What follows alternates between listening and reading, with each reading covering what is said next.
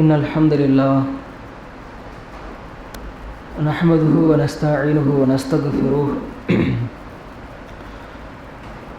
ونؤمن به ونتوكل عليه ونعوذ بالله من شرور أنفسنا ومن سيئات أعمالنا من يهده الله فلا مضل له ومن يضلل فلا هادي له وأشهد أن لا إله إلا الله وحده لا شريك له وأشهد أن محمدا عبده ورسوله أعوذ بالله من الشيطان الرجيم بسم الله الرحمن الرحيم يا أيها الناس اتقوا ربكم الذي خلقكم من نفس واحدة وخلق منها زوجها وبث منهما رجالا كثيرا ونساء واتقوا الله الذي تساءلون به والأرحام إن الله كان عليكم رقيبا اللهم صل على محمد وعلى آل محمد كما صليت على إبراهيم وعلى آل إبراهيم إنك حميد مجيد اللهم بارك على محمد وعلى آل محمد كما باركت على إبراهيم وعلى آل إبراهيم إنك حميد مجيد அளவற்ற அருளாளனும் நிகரற்ற அன்புடையனுமாகிய அல்லாஹ் சுப்ஹானஹு வ தஆலாவின் திருப்பெயரை கொண்டு ஆரம்பம் செய்கின்றேன். அவனுடைய அருளும் மன்னிப்பும் இந்த உலகத்திற்கு அனுப்பப்பட்ட அனைத்து நபிமார்கள் மீதும்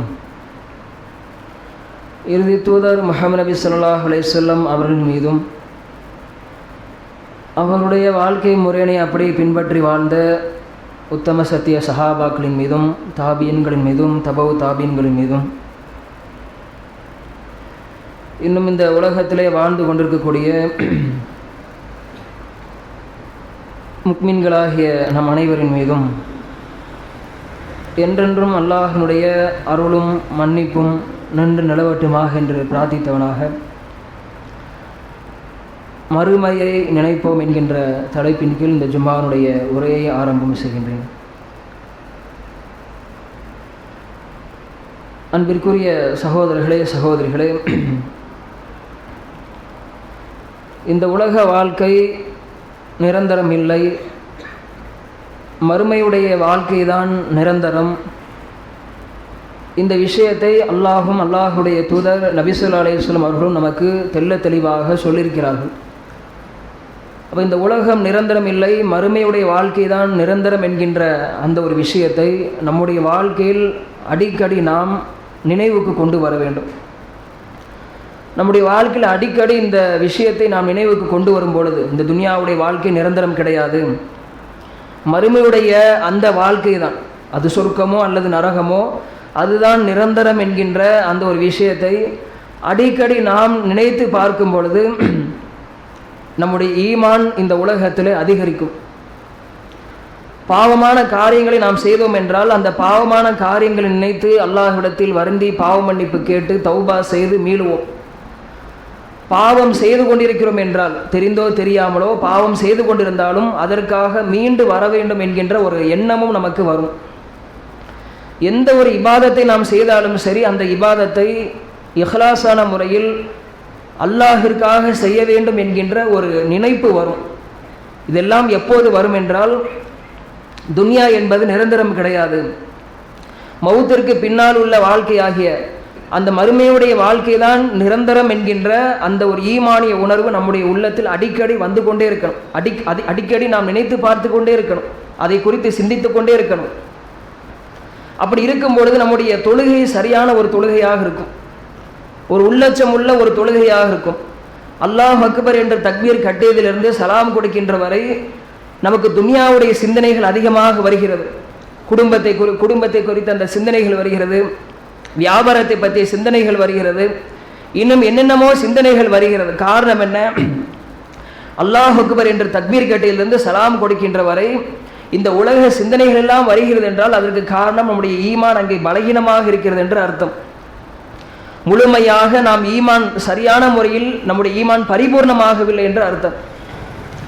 அல்லாஹ்வை நம்முடைய துன்யாவுடைய வாழ்க்கையில் சரியாக பயப்படவில்லை என்று அர்த்தம். யார் இந்த உலக வாழ்க்கையிலே ஒவ்வொரு நாளும் அல்லாஹ்வை பயந்து சரியான முறையில் இபாதத்தை கடைபிடித்து வாழ்கிறாரோ அவர் அல்லாஹ் அக்பர் என்று தக்பீர் கட்டியதிலிருந்து சலாம் கொடுக்கின்ற வரை அவருடைய எண்ணமெல்லாம் அல்லாஹ்வை குறித்து இருக்கும்.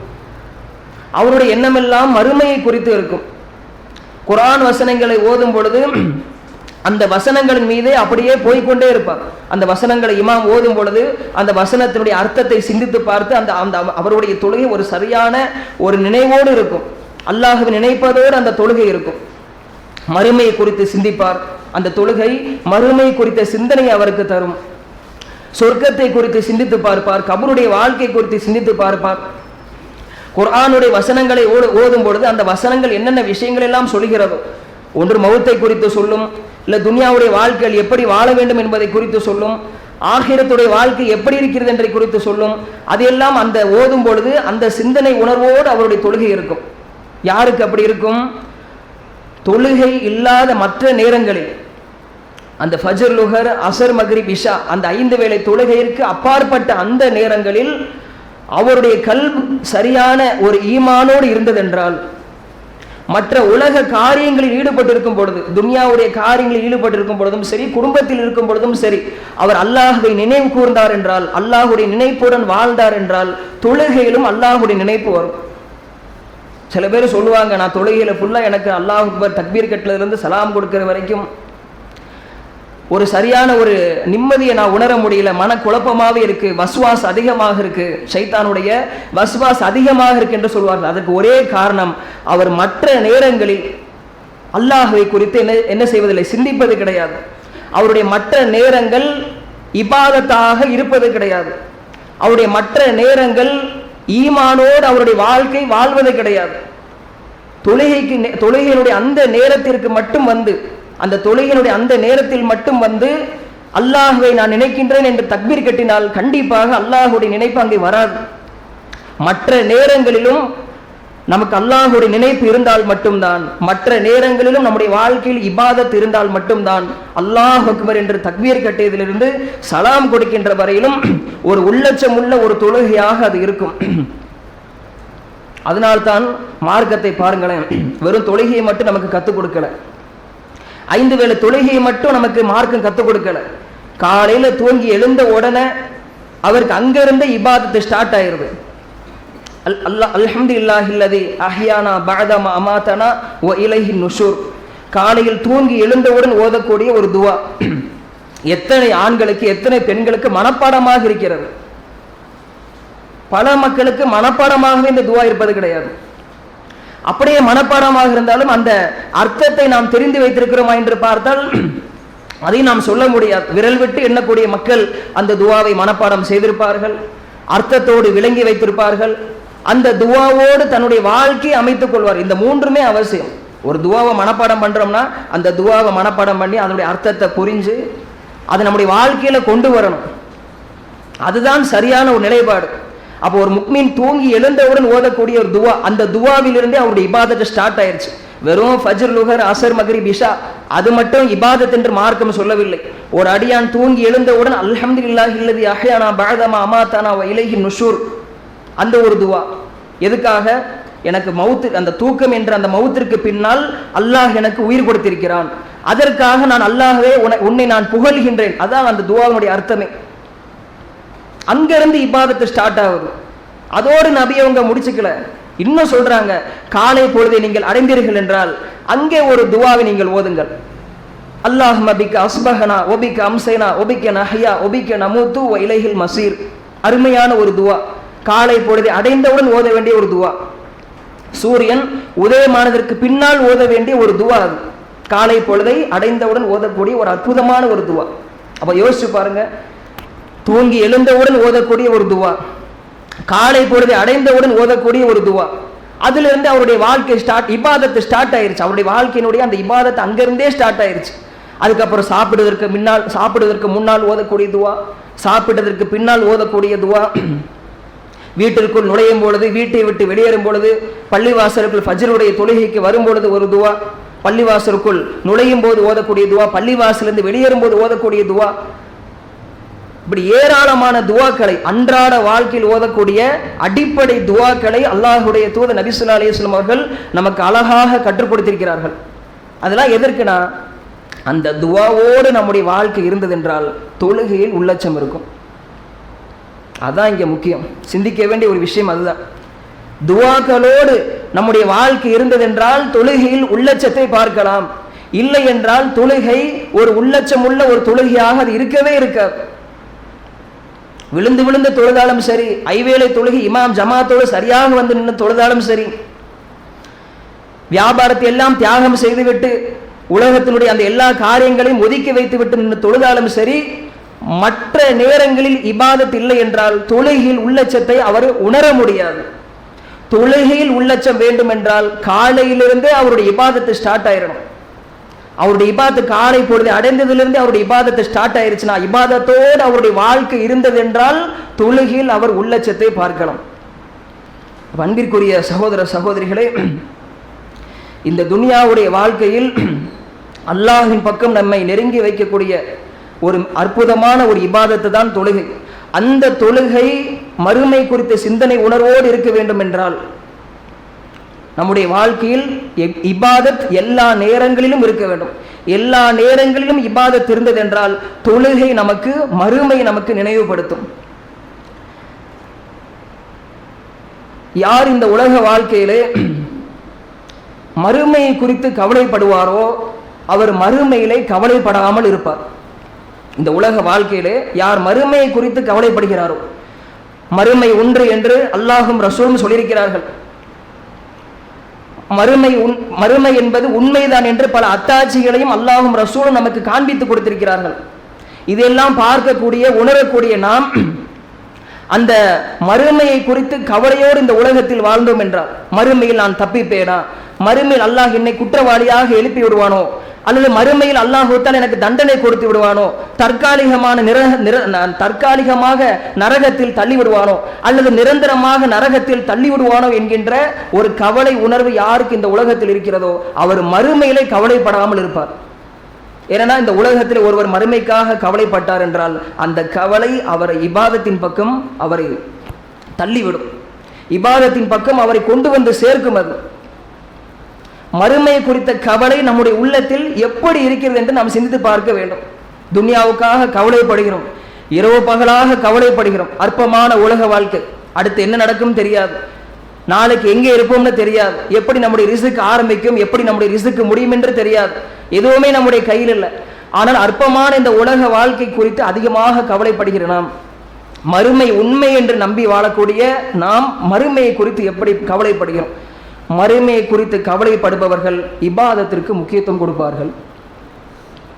மறுமையை குறித்து யார் அதிகம் கவலைப்படுகிறாரோ அவர் இபாதத்தில் ஆர்வம் உள்ளவராக இருப்பார். அவருடைய தோற்றம் அல்லாஹுடைய தூதர் எப்படி இருந்தார்களோ அந்த தோற்றத்தை போன்று இருக்கும். கரண்டை காலுக்கு மேலே அவருடைய ஆணாக இருந்தால் கரண்டை காலுக்கு மேலே அவருடைய ஆடை இருக்கும். அவரை பார்க்கும் பொழுது ஒரு ஈமானிய ஒளியை நாம் பார்க்கலாம். யார் இந்த உலகத்தில் வாழும் பொழுது மறுமையை குறித்து கவலைப்படாமல் இருக்கிறாரோ அவர் மறுமையிலே கவலைப்பட்டு கொண்டிருப்பார். அல்லாஹ் குர்ஆனிலே சொல்கிறான், சில மக்கள் அல்லாஹு தஆலா உயிர் கொடுத்து எழுப்பியதற்கு பின்னால் அந்த மக்கள் எல்லாம் புலம்புவார்கள். யா லைத்தனி குன்து துராபா, நான் மண்ணோடு மண்ணாக மக்கி போயிருந்தால் நன்றாக இருக்குமே என்று புலம்புவார்களாம். இன்னும் அல்லாஹ் குர்ஆனில் சொல்கிறான், ருபமா யவத்துல்லதீன கஃபரு லவ் கானு முஸ்லிமின், பெரும்பாலான காஃபிர்கள் மறுமையிலே கவலைப்படுவார்கள். எப்படி கவலைப்படுவார்கள் தெரியுமா? லவ்கானு முஸ்லிமின், நாங்கள் உலகத்தில் வாழும் பொழுது முஸ்லிம்களாக இருந்திருந்தால் நன்றாக இருந்திருக்குமே என்று கவலைப்படுவார்களாம். உலகத்தில் யாரெல்லாம் காஃபிராக வாழ்ந்து அல்லாஹுடைய அத்தாட்சிகளை பார்த்து யாரெல்லாம் ஈமான் கொள்ளாமல் காஃபிராகவே வாழ்ந்து காஃபிராகவே மௌத்தானார்களோ அந்த மக்கள் மறுமையிலே கவலைப்படுவார்கள். என்ன கவலைப்படுவார்கள்? உலகத்தில் வாழும் பொழுது நாங்கள் முஸ்லிம்களாக இருந்திருக்க வேண்டும் என்று அங்கே கவலைப்படுவார்கள். உலகத்தில் கவலைப்படாத மக்கள், உலகத்தில் அல்லாஹுடைய அத்தாட்சிகளை பார்த்து சிந்தித்து இஸ்லாத்திற்குள் வராமல் அதை குறித்து சிந்தனையே செய்யாமல் உலகத்தினுடைய கவலை குறித்தே சிந்தித்து அதற்காகவே வாழ்ந்த அந்த மக்கள் மறுமையிலே முஸ்லிம்களாக வாழ்ந்தால் நன்றாக இருந்திருக்குமே என்று கவலைப்படுவார்கள். அந்த கவலை நமக்கு மறுமையில் வந்துவிடக்கூடாது என்றால் துன்யாவில் நாம் கவலைப்படணும். ஒவ்வொரு நாளும் கவலைப்படணும், ஒவ்வொரு நேரமும் கவலைப்படணும். என்னுடைய மறுமை வாழ்க்கை எப்படி இருக்கும்? என்ன அல்லாஹு தஆலா சொர்க்கத்திற்குள் நுழைவிப்பானா? அவனுடைய உருவத்தை எனக்கு காட்டுவானா? அந்த நபிமார்களோடு நான் இருப்பானா? நபிமார்களோடு வாழ்ந்த அந்த நல்ல மக்களோடு நான் இருப்பேனா? சஹாபாக்களோடு இருப்பேனா? சஹாபாக்களுடைய மாணவர்களாகிய தாபியன்கள், தபு தாபியன்கள், அவர்களை பார்க்கக்கூடிய ஒரு பாக்கியம் எனக்கு கிடைக்குமா? மௌத்தே இல்லாத ஒரு அருமையான வாழ்க்கையாக அந்த சொர்க்கத்தில் அல்லாஹ் தஆலா எனக்கு ஒரு இடத்தை கொடுத்து, ஒரு ஜானளவுக்கு ஒரு இடத்தை கூட எனக்கு கொடுப்பானா என்கின்ற ஒரு கவலை உணர்வோடு இந்த உலகத்தில் நாம் வாழ்ந்தோம் என்றால், அந்த கவலை உணர்வு நம்மை இபாதத்தின் பக்கம் தள்ளும், இபாதத்தின் பக்கம் அது நம்மை கொண்டு வந்து சேர்க்கும். பெரும்பாலான மக்களை பார்க்கிறோம், அல்லாஹ் பாதுகாக்க வேண்டும். பாங்கு சத்தம் கேட்கும், தொழுகையினுடைய முக்கியத்துவம் தெரியும், தொழுகையினுடைய சிறப்புகள் தெரியும், தொழுகைதான் ஒரு முஸ்லிம் காஃபிரையும் பிரித்து பார்க்கக்கூடிய ஒரு விஷயம் என்று எல்லாம் தெரியும். ஆனால் தொழுகைக்கு முக்கியத்துவம் கொடுப்பதே கிடையாது. பல இடங்களில், பல ஊர்களில் நாம் பார்க்கிறோம், ஆயிரக்கணக்கான மக்கள் வாழக்கூடிய நகராட்சியாக இருந்தாலும் சரி, அல்லது லட்சக்கணக்கான மக்கள் வாழக்கூடிய நகராட்சியாக இருந்தாலும் சரி, ஊருக்கு 10-20 பள்ளிவாசல்கள் இருந்தும் மொத்த பள்ளிவாசல்களுக்கும் வரக்கூடிய மக்களை கணக்கிட்டு பார்த்தால் ஒரு 100 பேர் அல்லது 150 பேர் தான் இருப்பார்கள். ஃபஜ்ருடைய ஒரு நகராட்சியில் ஒரு 20 பள்ளி இருக்குன்னா, அந்த 20 பள்ளியில் எத்தனை முஸ்லிம்கள் ஃபஜ்ருடைய தொழுகைக்கு வராங்கன்னு ஒரு கணக்கு போட்டு பார்த்தா 100 பேர் 150 பேர். ஆனால் அங்கே இருக்கக்கூடிய மக்கள் ஆயிரக்கணக்கான மக்கள் இருப்பார்கள்.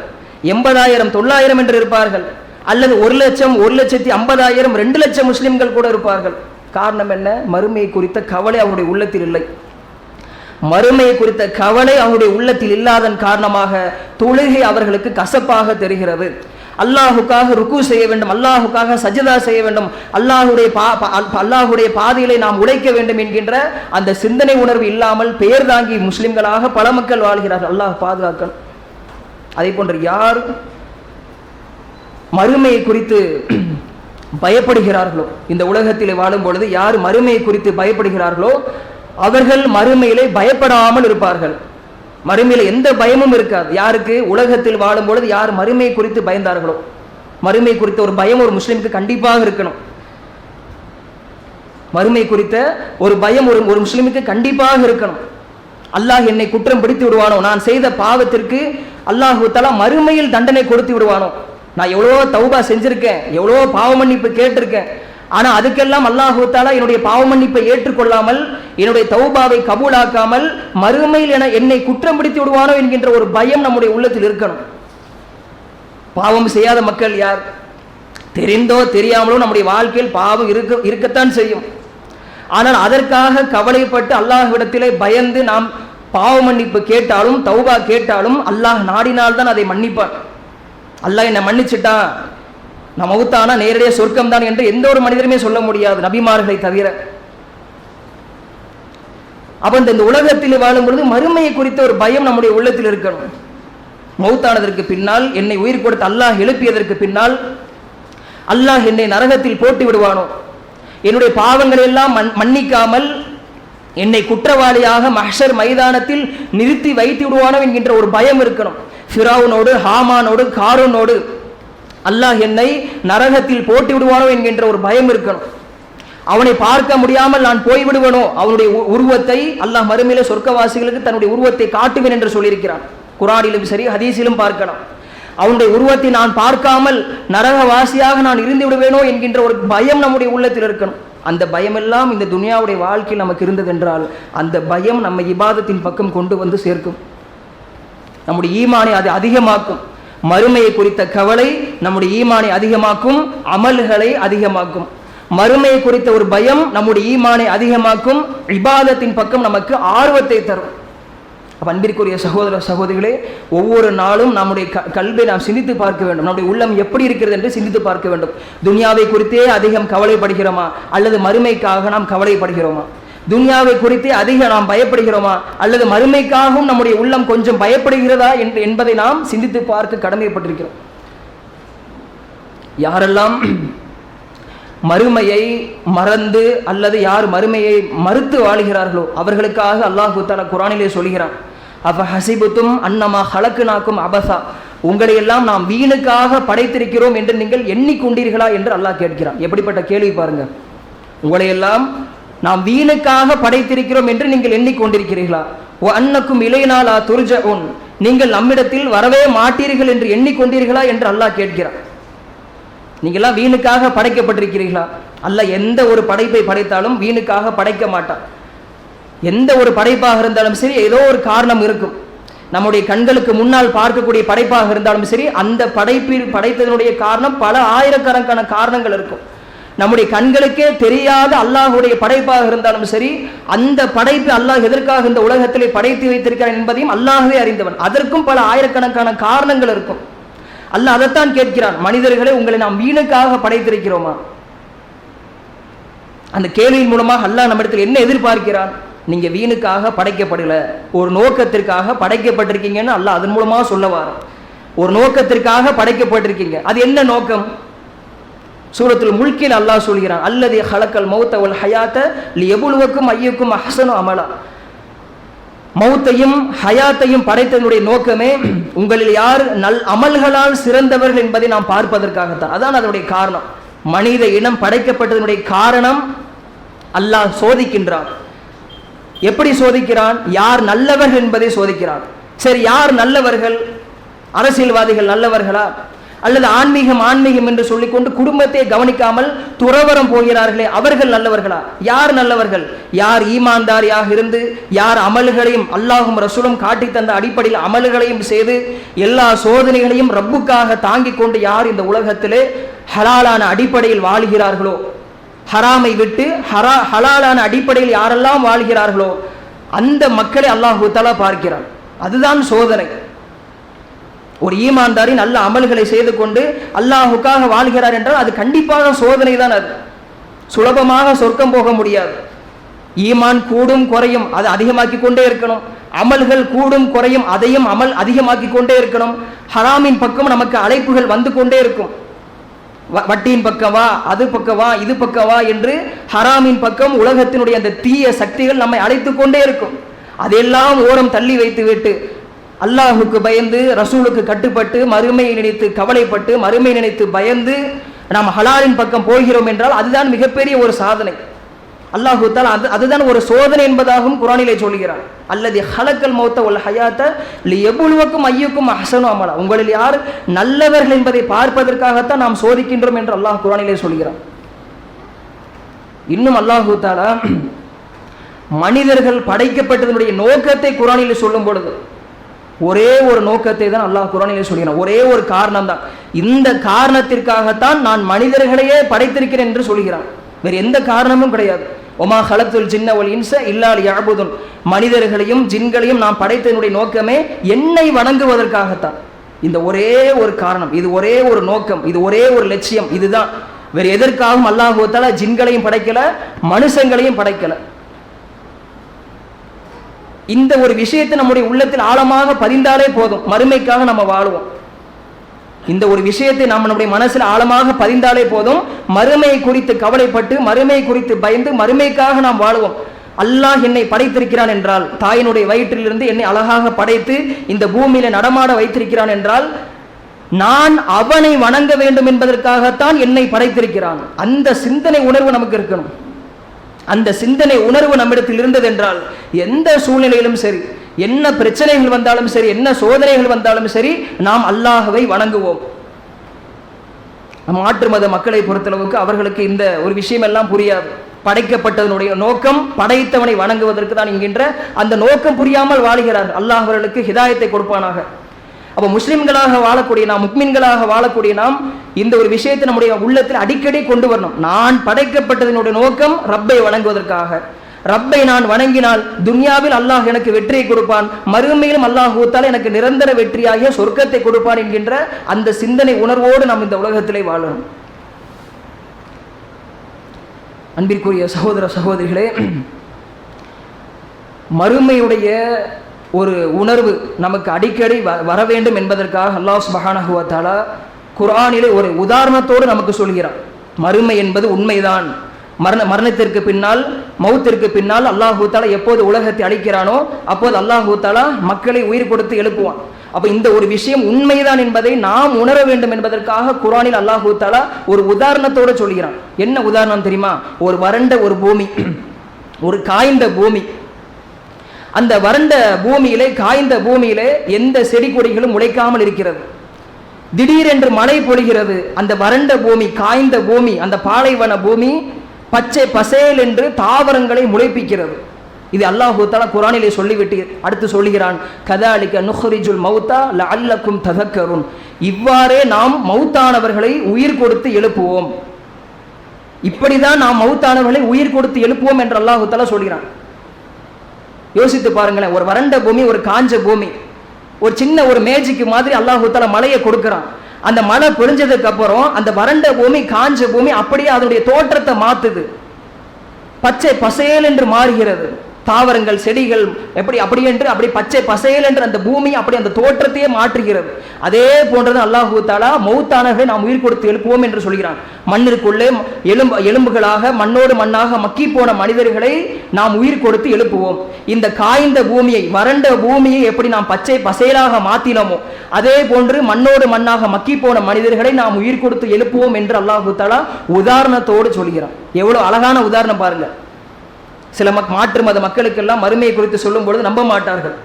அது எப்படி நம்புற மாதிரியா இருக்கிறது? மண்ணோடு மண்ணா மக்கி போன மனுஷன், பல நூற்றாண்டுகளுக்கு முன்னால் மௌத்தான மனுஷன், அவனெல்லாம் அல்லாஹ் எப்படி உயிர் கொடுத்து எழுப்புவான் என்று நம்மிடத்திலே கேட்பார்கள். அவர்களுக்கான பதிலையத்தான் அல்லாஹ் தஆலா அந்த வசனத்திலே சொல்கிறான்.